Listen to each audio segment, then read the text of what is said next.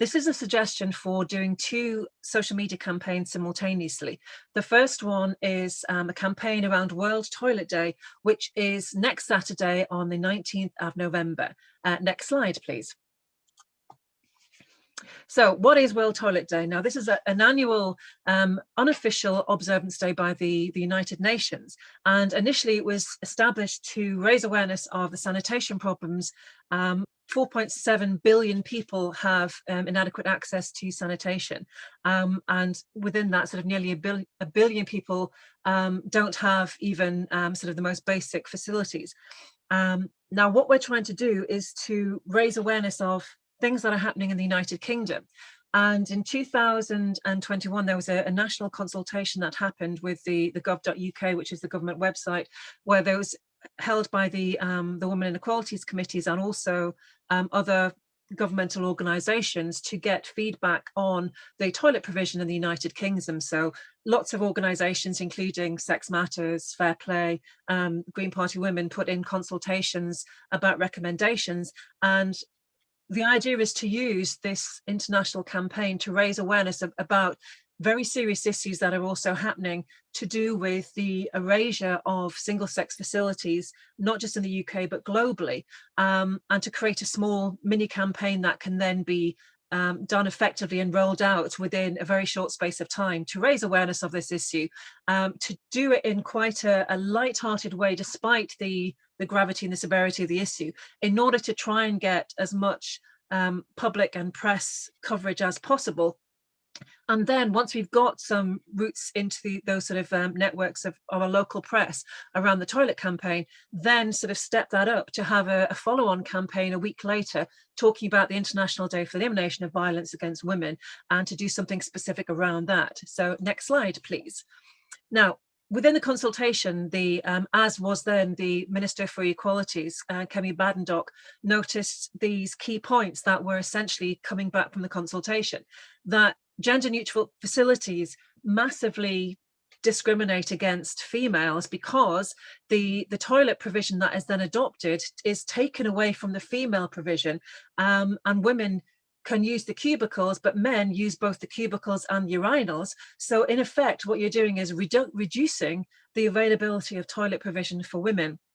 And not only is that, reducing the actual availability of services, but in doing so, they realize that women have certain biological needs, including menstruation, including pregnancy, and including menopause, which means that they spend longer in the toilets. So anyone who's been to any sort of, bar or restaurant or theatre and has come out at the interval will notice that the men's queue for the toilets is usually short, if at all, and the women's queues for the toilets are going around the block. And this is why this toilet provision sort of came in, the consultation came in. So also it was raised that women feel much more uncomfortable in using mixed sex facilities. And what has been happening is that organizations have been adopting gender neutral as this sort of progressive title to be seen as being organizations that are non-discriminatory, but in actual fact what they're doing is massively discriminating against women. Next slide, please. So what we're planning on doing is kind of a low-key but fun project around adopting a local toilet in your local community. So ideally, round about a week beforehand, so this is sort of moving forward from now, is find a local toilet that is in your area, that is publicly owned, that is not privately owned, i.e. it's not a shopping centre, it's sort of accessible to members of the public, it's not owned by a private organisation, and is essentially run by the local council. And check that it's open on a Saturday. Now, this is a suggestion. Buy a cheap toilet seat or make one out of papier-mâché or cardboard, or create a large sort of poster board which has a cutout hole in the middle, similar to how we used to have the sort of saucy postcards in the United Kingdom in the 1950s and 60s. And in true Blue Peter fashion, here's one I made earlier. So this kind of thing where you have a large board with a hole cut out in the middle. And then you have printed hashtags of the campaign around the outside. This is obviously not finished, but then the idea you would put some colourful pictures around, or flowers, or just logos, or the feminist slogans, anything you want to do to sort of raise awareness, and then take photographs outside of the toilets on the day of the protest, where you are starting conversations with members of the public. And the idea that if also that there is a webinar that's happening next Friday evening with Helen Joyce and Maya Forstater through the Sex Matters platform, I think, that you can book online.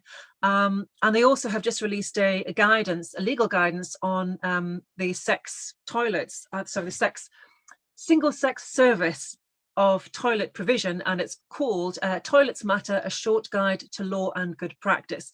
Now, using that as a quick reference guide, just to give people who are intending to participate in the campaign a bit more ammunition and a bit more information about what is the legal standing regarding single sex toilet provision under the law, and what the council is legally obliged to provide, so that if people do start asking questions about specific issues, then you have a bit more information.